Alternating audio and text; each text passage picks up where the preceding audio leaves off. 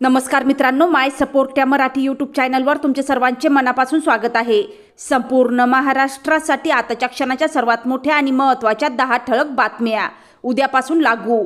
मुख्यमंत्र्यांचा राजीनामा 26 नोव्हेंबर मंगळवार। काही मिनिटांपूर्वीच्या ह्या बातम्या आहेत। या संदर्भात सविस्तर माहिती या व्हिडिओत जाणून घेऊया। तत्पूर्वी तुम्ही माय सपोर्ट या मराठी यूट्यूब चॅनलवर नवीन असाल तर खाली दिलेल्या लाल रंगाच्या सबस्क्राइब बटनावर क्लिक करा आणि समोरील बेल आयकॉन क्लिक करा, जेणेकरून महाराष्ट्राच्या ताज्या बातम्या तुमच्यापर्यंत सर्वात आधी पोहोचतील। तर चला सविस्तर बातम्या जाणून घेऊया। तर बघा, पहिली सर्वात मोठी आणि महत्त्वाची बातमी। महाराष्ट्र सरकारने महिलांसाठी लाडकी बहीण योजना राबवली आहे। या योजनेअंतर्गत महिलांना 1500 रुपये दिले जात होते। विधानसभेच्या निवडणुकीनंतर महायुती सरकारने महिलांना 2100 रुपये देण्याचे आश्वासन दिले होते। त्यानंतर आता अर्थसंकल्पीय अधिवेशनानंतर महिलांना 2100 रुपये दिले जाणार आहेत। त्याआधी महिलांना 1500 रुपये हप्ता दिला जाणार आहे। त्यानंतरची सर्वात मोठी आणि महत्त्वाची बातमी बघा। विधानसभा निवडणुकीत शिवसेना, भाजप, राष्ट्रवादी काँग्रेसच्या महायुतीला भरभरून मतदान केल्याबद्दल मुख्यमंत्री एकनाथ शिंदे यांनी मतदारांचे आभार मानले आहेत।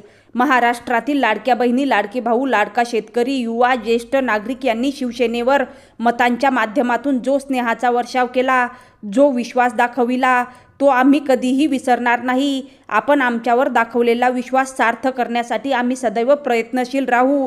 चला महाराष्ट्राच्या विकासासाठी पुन्हा एकदा सज्ज होऊया, असं म्हणत एकनाथ शिंदेंनी मतदारांचे आभार मानले आहेत। त्यानंतरची सर्वात मोठी आणि महत्त्वाची बातमी बघा। महाराष्ट्राच्या विधानसभा निवडणुकीनंतर आता घडामोडींना वेग आला आहे। एकनाथ शिंदे आज मुख्यमंत्रीपदाचा राजीनामा देऊ शकतात, अशी माहिती सूत्रांनी दिली आहे। विधानसभेचा आज कार्यकाळ संपतो आहे। अशातच शिंदे मुख्यमंत्रीपदाचा राजीनामा देणार असल्याची माहिती आहे। तसंच महाराष्ट्रात नवीन मुख्यमंत्री शपथ घेईल। एकनाथ शिंदे हे काळजीवाहू मुख्यमंत्री असणार आहे। एकनाथ शिंदे आज मोठा निर्णय घेण्याची शक्यता आहे। त्यानंतरची सर्वात मोठी आणि महत्त्वाची बातमी बघा।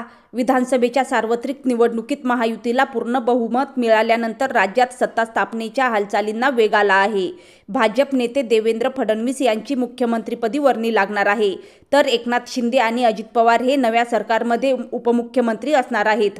भाजपच्या केंद्रीय नेतृत्वाने मुख्यमंत्री म्हणून देवेंद्र फडणवीस यांच्या नावाला मंजुरी दिली आहे। अजित पवार गटानेही त्याला संमती दिली आहे।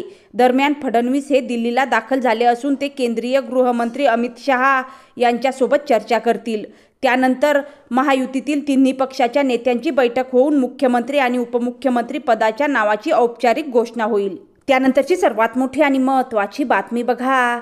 महाराष्ट्र राज्याच्या मुख्यमंत्रीपदी पुन्हा एकनाथ शिंदे विराजमान व्हावेत, यासाठी मुख्यमंत्री एकनाथ शिंदे यांच्या कोपरी मतदारसंघात लाडक्या बहिणींच्या वतीने गणपती मंदिरामध्ये महाआरती करण्यात आली। मुख्यमंत्री पदाबाबत अद्याप निर्णय झाला नसल्याने शिवसेनेच्या नेत्यांची मुख्यमंत्रीपदी एकनाथ शिंदेच विराजमान व्हावेत अशी इच्छा असताना आता ठाण्यात महिलांकडून सामूहिक आरती करण्यात येत आहे। त्यानंतरची सर्वात मोठी आणि महत्त्वाची बातमी बघा। पेन्शन आणि पेन्शनर्स कल्याण विभागाने पेन्शनधारकांसाठी राष्ट्रव्यापी डिजिटल लाईफ सर्टिफिकेट मोहीम 3.0 सुरू केली आहे।